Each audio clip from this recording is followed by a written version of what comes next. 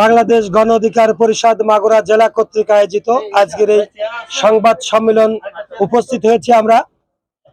আমরা আমাদের মূল উদ্দেশ্য আছে এখানে সংবাদ সম্মেলন করার, যে বাংলাদেশ গণ অধিকার পরিষদ একটি কোটা সংস্কার আন্দোলন থেকে হয়েছে। এই দল এখন বৃহত্তম দল হিসেবে আখ্যায়িত হয়েছে এবং জনগণের কাছে স্বীকৃতি পেয়েছে।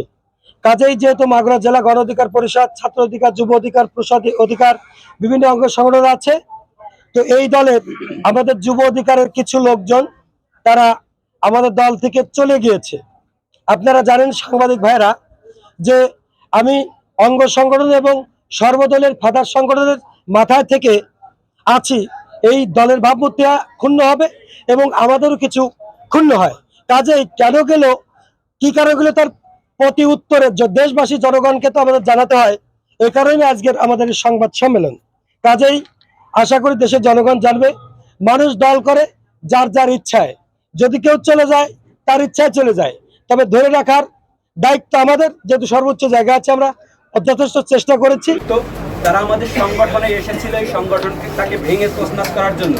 যখন আমরা এটি উপলব্ধি করতে পেরেছি, বুঝতে পেরেছি, তখন আপনাদেরকে আমরা প্রমাণস্বরূপ দেখাতে চাই যে তাদেরকে আমরা পদত্যাগের জন্য সেন্ট্রাল বরাবর একটি দরখাস্ত প্রেরণ করেছিলাম, আপনারা দেখতে পাচ্ছেন। এবং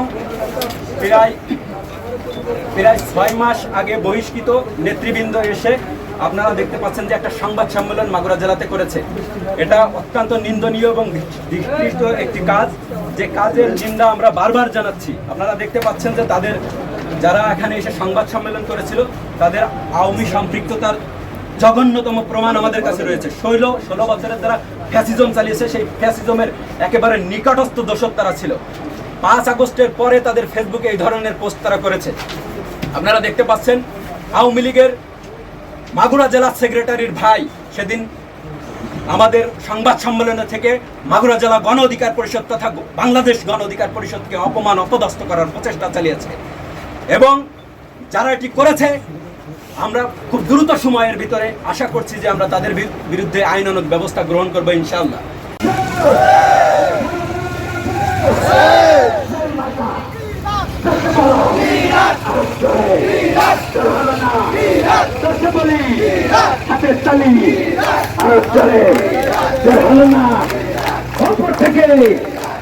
থেকে